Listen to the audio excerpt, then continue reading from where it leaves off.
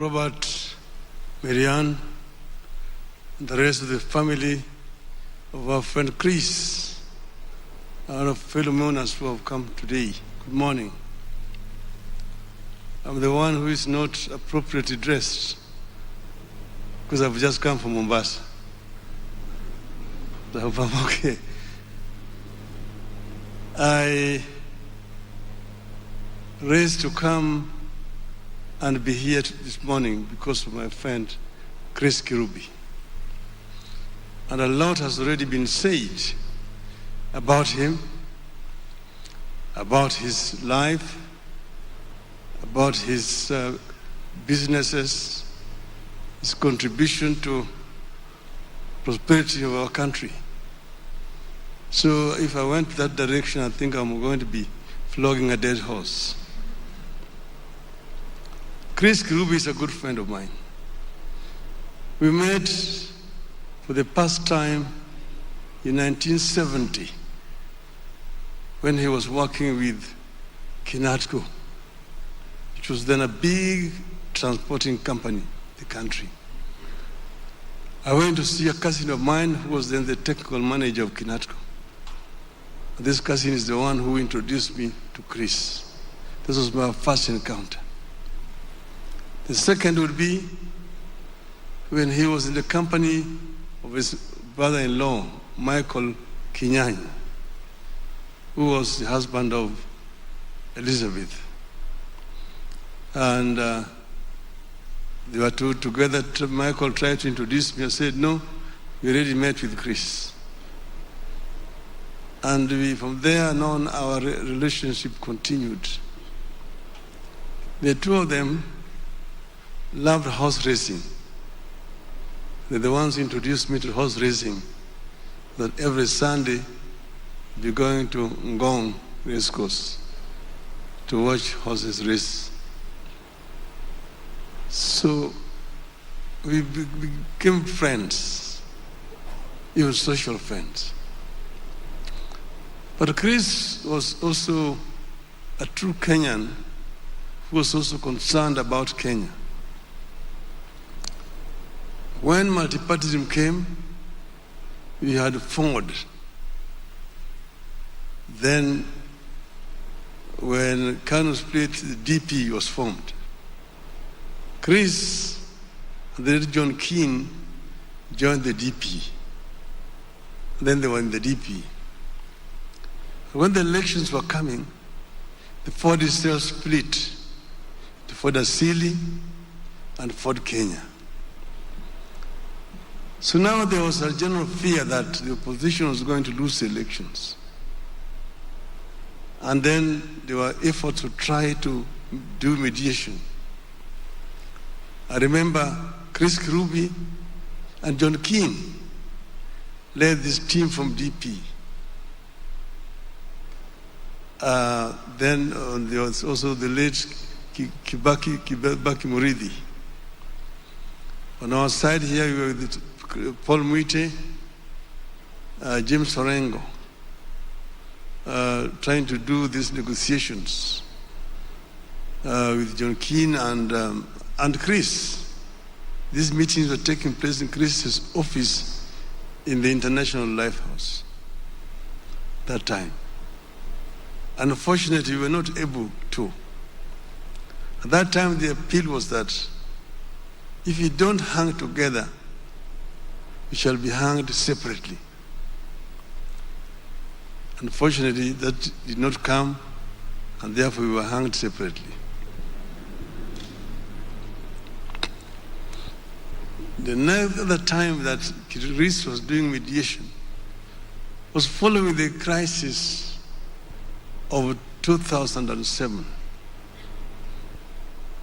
when many people had died. And then we had the team, first President Kufuor had come. And he was the one who was all the time bringing President Kufuor to us. So they were all the times together whenever Kufuor came to meet with us at the Intercontinental Hotel. Then It is John Kafua who suggested the name of Kofi Annan as the mediator.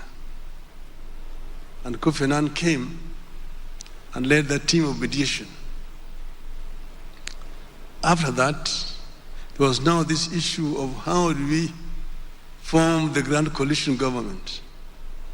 How do you share the portfolios within the Grand Coalition government? There was a stalemate, almost a breakdown. And the two people who came to approach me to agree to a compromise, one of them was Chris Kirubi. Another one I will not mention here. But Chris came and passionately pleaded with me to agree at least to have a dialogue with Kibaki at that time.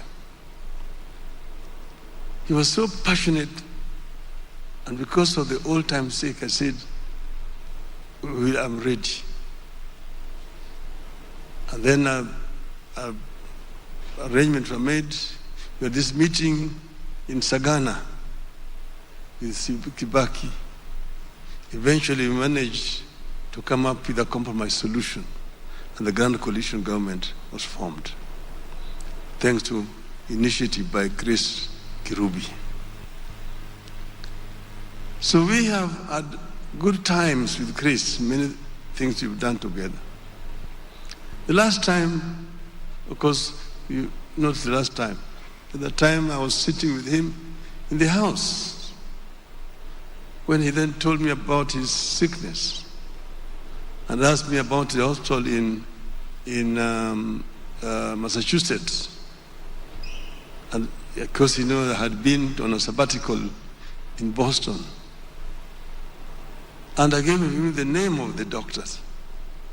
And that's how he ended up in the Massachusetts General Hospital for treatment. And when he came back, he reported to me how he had enjoyed his stay in Massachusetts and how those people had looked after him.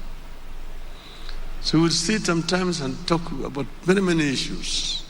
Chris was a visionary person who had a passion for excellence and wanted only the best for his country, Kenya. Sometimes last year, he had offered to assist Gor Mahia Football Club. He called me because I am the patron of Gor Mahia Football Club. And he said we should go to Two Rivers.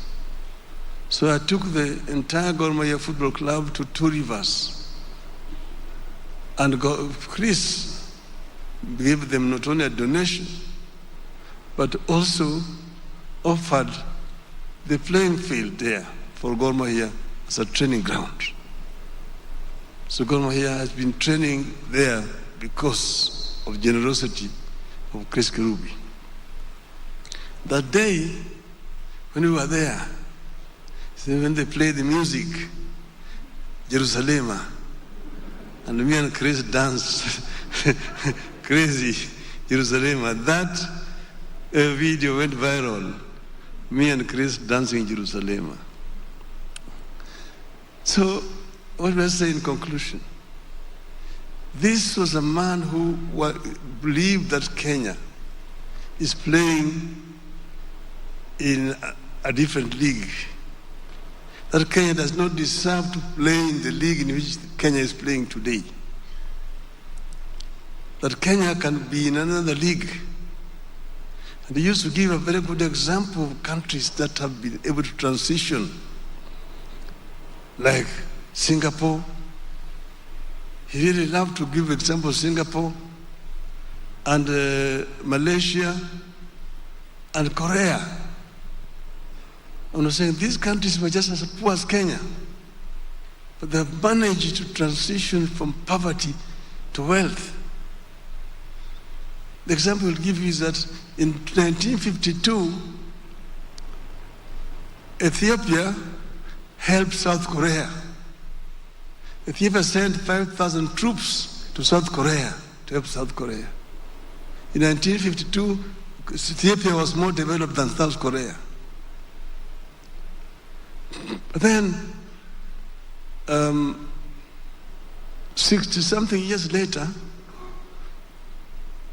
the GDP and the per capita income in Ethiopia was still just $300 per annum, when in South Korea it was 19,000.